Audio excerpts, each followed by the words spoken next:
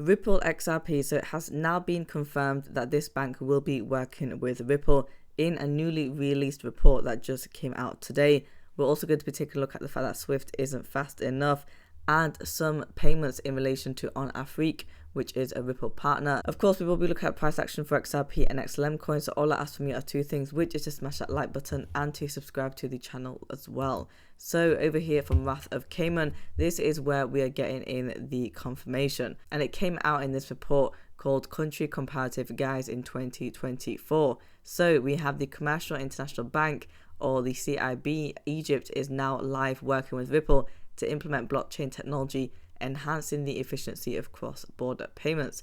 And prior to this, the only confirmed Egyptian user has been NBE working with Lulu Exchange, and other Ripple partners are in Egypt but headquartered elsewhere. So QNB, FAB and Ati Jari Wafa are not known if they're using Ripple or XRP in Egypt, though volume suggests not. So in the report, this is where they highlight Ripple and the collaboration. On page 12, we have CIB Bank, and they're collaborating with Ripple to implement blockchain technology, enhancing the efficiency of cross-border payments. So it definitely has been confirmed. Now, does this mean that they'll be using XRP as the digital asset for the payments? Well, as of now, it would be a hard no. So this is all speculation when it comes to the future, but right now they are working with Ripple in terms of the technology. Now, I also believe that Egypt are one of the countries that will be joining the BRICS nations, I think, in terms of moving away from the US dollar. Not only that, but we have over here from the National Bank of Egypt that they are using RippleNet, and this came out a few years back. So this is the country's largest bank, and they're using the RippleNet blockchain for cross-border payments. So RippleNet is quite common in Africa, and Egypt ranks amongst the top 5 countries worldwide in terms of remittances received from its overseas expatriate communities. So that's the sending of the payments. And in terms of how much that it will actually bring in, you'll see that Egypt received an estimated $24 billion for 2020. And according to the World Bank in 2019, inward remittances accounted to 8.8% of Egypt's GDP. And in terms of Ripple and what they can bring, the NBE's partnership with Ripple will help to improve overall efficiency by enabling NBE to establish new alliances across wider markets with reduced costs and quicker integration time. And of course, they were excited to announce that partnership with Ripple. And so this is the answer that you're looking for. While money transfers companies are attracted to Ripple's on-demand liquidity solution that uses the XRP digital asset, only a handful of banks have actually embraced it. And so of course, utilizing that XRP as a digital asset in terms of that payment form is what is going to bring the adoption, and then should drive up the price of XRP in due time. But right now, they are essentially using RippleNet as that payment platform. But still pretty good stuff, because we have the National Bank of Egypt as well as the CIB. We have this advertisement coming in from Ripple. Now, it's usually stationed in the underground in London. So we have Swift isn't fast enough, move value across borders in an instant with Ripple's crypto solutions for business. It is a pretty nice and neat advertisement.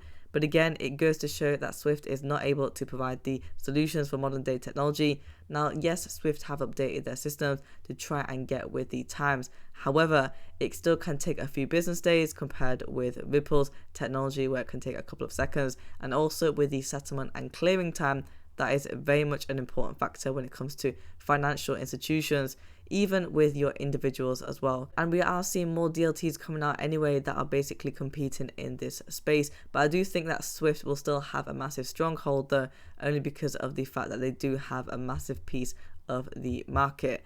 Over here from XRP Drops, we have a short video talking about onafrique and Ripple and the payments. So one of the most influential strategic partners of the Pan-African Payment and Settlement System, or PAPS, is Ripple partner onafrique, which was formerly called MFS Africa. And it's fast and affordable money transfer across Africa in the local currency, and so they don't have to keep converting the currency as well. Let's take a look at this.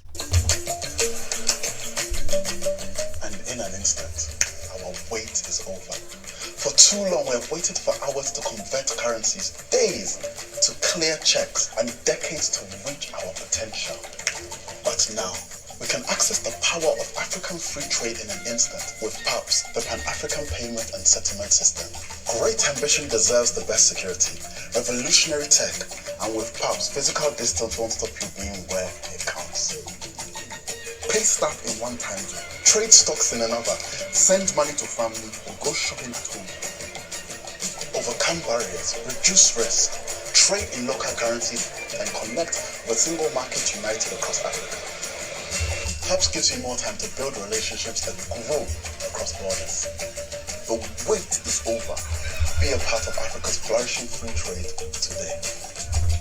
And so this is obviously a massive opportunity. I mean, it's for both Ripple XRP and for Stellar XLM as well. But in particular, Ripple is obviously a partner of onafrique, and it's basically moving those barriers in terms of the cost of the transactions and also the speed as well. Definitely going to help these individuals, and so they don't have to wait days to settle those transactions. Over here from Bill Morgan, we basically have this coming in from the SEC. I mean, this was back in January when we had the SEC filed its SIR reply to the OSC, and the SEC began by downplaying the fact that it had affirmatively misled the court. And while the commission recognizes that its attorneys should have been more forthcoming with the court, and the SEC claimed that no sanctions were warranted.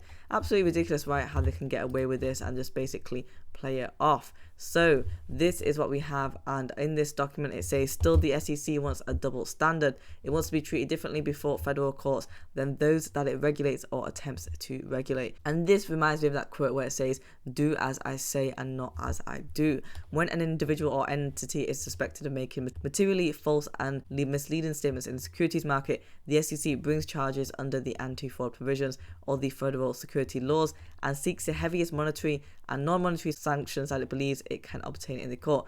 And this is essentially summarizing the fact that, well, if you do something wrong, we're going to go all in on it and make sure that you are accountable. But when it comes to them, it's a different story. And apologies from an individual or entity do little to mitigate. So they will definitely hone in and make sure that they fine you hard and also sanction you as well. And it promises to restaff a team or to provide additional ethics training. Do not lead the SEC to just walk away from a case. Undoubtedly, the SEC does not permit any defendants a do-over to fix their wrongdoings consequence free. And I think that when we all saw this come out, it was pretty laughable, because how are the SEC saying that they're going to restaff their team when they know that their attorneys should be providing only true and accurate statements and not misleading statements? And if you yourself provide any sort of misleading statements to the SEC, well, you don't get to do it over again. You don't get to apologize or retrain yourself. You actually have to take those consequences. So Bill Morgan has replied to this, saying that what he finds most disturbing after misleading the court and then becoming aware of the fact that the court had been misled and not correcting the misleading statements to the court, the SEC states its attorneys should have been more forthcoming with the court. The lack of ethical insight is breathtaking. How about this being should be disbarred territory? The SEC is now spending US taxpayer money on a motion that seeks to allow the SEC to tactically weasel out of its own attorneys' grossly unethical conduct. And if they were caught once, then who knows what they were doing in the past before as well when it comes to this. And so they're just trying to save face with their attorneys, but it is not justifiable at all, no matter how much they try to excuse it. So price action for XRP coin today, we're currently trading at 0.5618. And for the 24-hour volume, we are up by 67.5%. So we are over the $1 billion in the trading volume. We're at $1.3 billion. In the earlier hours in the morning for today, we were trading at 0.5604, so about that 56-cent level. Then later on, we went to 0.5721, so 1 cent above where we are now. On the 7-day chart, we are doing pretty nicely. We are up by 5.89%. I mean, at the start of the week, we were trading at 0.5241 on the 14th of February. And then we climbed up and we went to 0.5473. So we climbed up by another 2 cents on the 16th of February at 0.5762. And then we did come down a bit, but not too much, only by about 2 cents to 0.5516. Now we've climbed up by 1 cent. So on the 1 month chart, we are now up by 2.81%. Still pretty good performance. I mean, over here on the 30th of January, we were at 0.5365. Now we are up by 2 to 3 cents. We did come down to that low, just below 50 cents. On the 1 year chart, if we have a look at where we are currently sitting at, we are up by 42.66%. So we did have that nice spike in January, then we did actually fall off a bit. But we are seeing a bit of a comeback for XRP. My support level for XRP I'm looking at is 53 cents. and the next move upwards now for my price target will be that 60-cent mark. And if you look at the price action back in November, we were doing pretty well at 61 cents. It wasn't like as if it was difficult to hold there, or even 62 cents. For Stellar XLM coin, we are currently trading at 0.118, so we are up by 0.6% on the 1-day chart. For the 1 week, we are up by 4.6%. We started off the week at 11 cents at 0.1111, and then we went to 0.116 on the 15th of February.